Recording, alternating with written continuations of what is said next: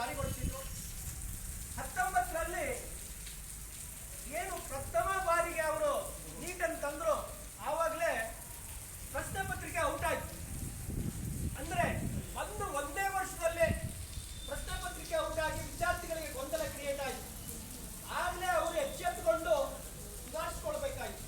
ಅಲ್ಲಿಂದ ಇಲ್ಲಿಯವರೆಗೆ ಸುಮಾರು 15-18 ಪ್ರಮುಖ ವಿದ್ಯಮಾನಗಳಲ್ಲಿ ಪತ್ರಿಕೆಗಳು ಲೀಕ್ ಆದವು.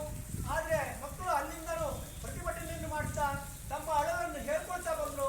ಆದರೆ ಇದಕ್ಕೆ ನಮ್ಮ ಸರ್ಕಾರ ಯಾವುದೇ ರೀತಿಯಿಂದ ಪುರಸ್ಕರಿಸಲಿಲ್ಲ. ಇಂಥದ್ದು ಆಗಬಾರ್ದು.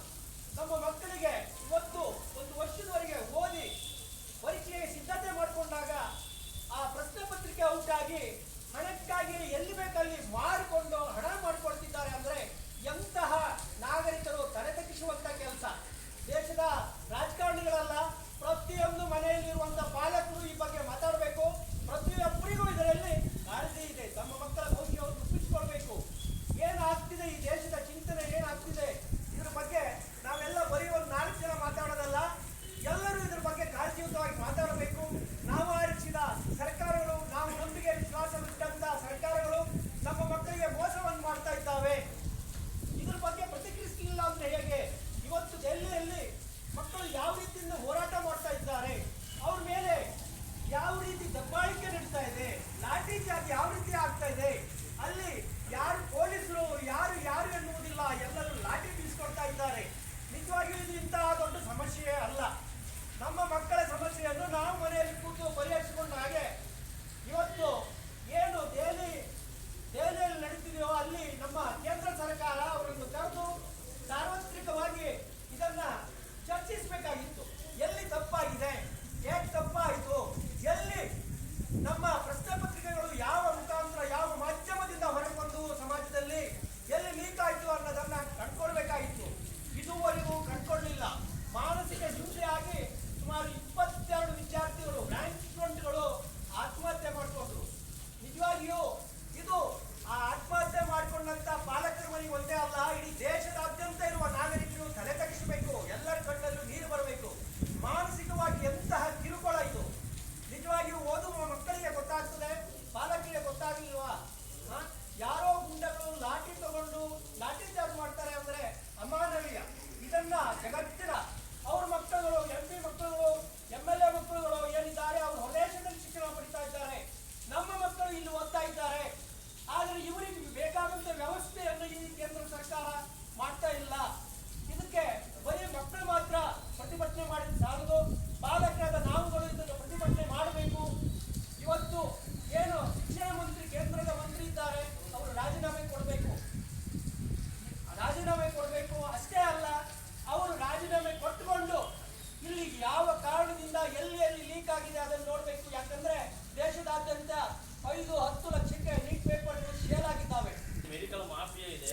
ಅದು ಇವತ್ತು ಕೋಚಿಂಗ್ ಸೆಂಟರ್ಗಳಲ್ಲಿ ಏನು ಅಕ್ರಮವಾಗಿ ಏನು ಪೇಪರ್ ಲೀಕ್ಔಟ್ ಮಾಡಿ ಅವ್ರನ್ನ ಪಾಸ್ ಮಾಡುವ ಜವಾಬ್ದಾರಿ ಹೊತ್ತು ಅದನ್ನ ದೊಡ್ಡ ಅಕ್ರಮವಾಗಿ ನಡೀತಿದೆ.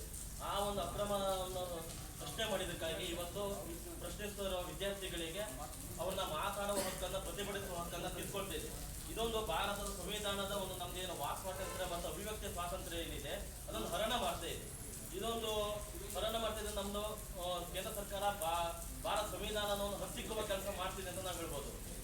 ಇದೇ ತರ ಮುಂದುವರೆದ್ರೆ ನಾವು ಪ್ರತಿಯೊಂದಕ್ಕೂ ಪ್ರಶ್ನೆ ಮಾಡುವ ಹಕ್ಕನ್ನು ಮತ್ತು ನಮ್ಮ ಅಭಿವ್ಯಕ್ತಿ ಸ್ವಾತಂತ್ರ್ಯವನ್ನು ಹಕ್ಕನ್ನು ಕಲ್ತ್ಕೊಳ್ಬೇಕು. ಇದು ಮುಂದೊಂದಿನ ಸರ್ವಾಧಿಕಾರಿ ಧೋರಣೆಯನ್ನು ತಂದೊಡುತ್ತದೆ ಅಂತ ಹೇಳಿಕ್ಕಾಗಲ್ಲ.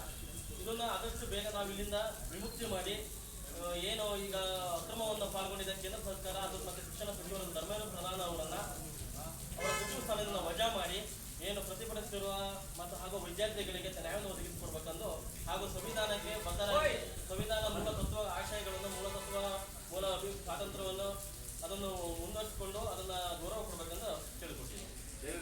ಪ್ರಧಾನ್ ಅವರು ಒಂದು ಮಾತನ್ನು ಆಡ್ತಾ ಇಲ್ಲ, ತುಡಿ ಬಿಡ್ತಾ ಇಲ್ಲ. ಇದರಿಂದಲೇ ಗೊತ್ತಾಗ್ತಾ ಇದೆ ಇದು ಪ್ರಶ್ನೆ ಪತ್ರಿಕೆ ಸೋರಿಕೆ ಆಗಿರೋದು ಇದರಲ್ಲೇ ಸಾಬೀತಾಗ್ತಾ ಇದೆ. ನಾವು ಕೇಳ್ಕೊಳ್ಳೋದಿಷ್ಟೇ, ನಿಮ್ಮ ಹತ್ರ ಸರ್ಕಾರ ನಡೆಸೋಕ್ಕಾಗೋದಿಲ್ಲ ಅಥವಾ ನಿಮಗೆ ಪ್ರಜಾಪ್ರಭುತ್ವಕ್ಕೆ ಬೆಲೆ ಕೊಡೋಕ್ಕಾಗೋದಿಲ್ಲ ಅಂದರೆ ದಯವಿಟ್ಟು ಇವತ್ತೇ ನೀವು ಪ್ರಧಾನಮಂತ್ರಿಗಳು ಹಾಗೂ ಶಿಕ್ಷಣ ಸಚಿವರು ರಾಜೀನಾಮೆ ಕೊಡಬೇಕಂತ ಈ ಒಂದು ಹೋರಾಟದ ಮೂಲಕ ನಾವು ಆಗ್ರಹ ಮಾಡ್ತಾ ಇದ್ದೇವೆ. ಏನು ಬಡ ವಿದ್ಯಾರ್ಥಿಗಳು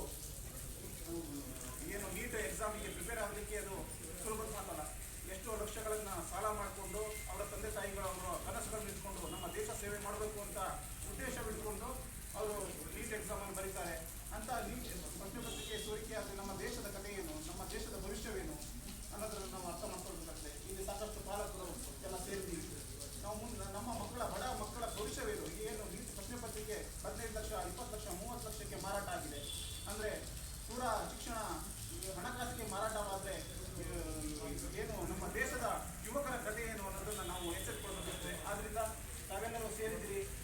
ಇದಕ್ಕೀಗ ನಾವು ಕೇಂದ್ರ ಸರ್ಕಾರಕ್ಕೆ ಆಗ್ರಹ ಮಾಡಬೇಕು. ಈಗ ಉಗ್ರ ಪ್ರತಿಭಟನೆ ನಡೀತಾ ಇದೆ ದೆಹಲಿಯಲ್ಲಿ. ಏನು ಎಲ್ಲ ಅಲ್ಲಿ ಇಂಟರ್ನೆಟ್ ಬಂದ್ ಮಾಡಿದ್ದಾರೆ, ಅವರಿಗೆ ಊಟದ ವ್ಯವಸ್ಥೆ ಇಲ್ಲ, ಏನೂ ಇಲ್ಲ ಅಂತ ಇದರಲ್ಲಿ ಹೋರಾಟ ಮಾಡ್ತಾ ಇದ್ದಾರೆ. ಆದರೂ ನಮ್ಮ ಪ್ರಧಾನಮಂತ್ರಿಗಳು ಯಾವುದೇ ಒಂದು ವಿದ್ಯಾರ್ಥಿಗಳನ್ನ ವಿಶ್ವಾಸ ತಗೊಳ್ಳುವಂತಹ ಒಂದು ಯಾವುದೇ ಕೆಲಸವನ್ನು ಮಾಡ್ತಾ ಇಲ್ಲ.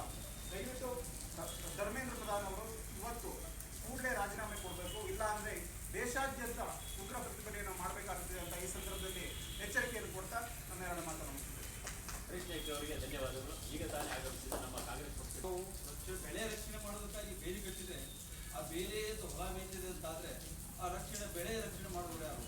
ಇದರ ಅರ್ಥ ನಮ್ಮ ಮಕ್ಕಳು ವಿದ್ಯಾಭ್ಯಾಸವನ್ನು ಕಲಿಯುವಂಥ ಮಕ್ಕಳಿಗೆ ಇವರು ಲಾಠಿ ಚಾರ್ಜ್ ಮಾಡ್ತಾರೆ, ಅವರಲ್ಲಿ ದೌರ್ಜನ್ಯವನ್ನು ತೋರಿಸ್ತಾರೆ ಅಂತಾದರೆ ಇನ್ನು ಮುಂದಿನ ಮಕ್ಕಳ ಭವಿಷ್ಯ ಏನು?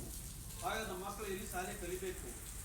ಇವ್ರ ಮಕ್ಕಳು ಮಾತ್ರ ಉತ್ತಮವಾದಂಥ ಶಿಕ್ಷಣ ಕಲಿಬೇಕು. ದೇಶದಲ್ಲಿರ್ತಕ್ಕಂಥ ಬಡ ವಿದ್ಯಾರ್ಥಿಗಳ ಮಕ್ಕಳು ಏನು ಮಾಡಬೇಕು?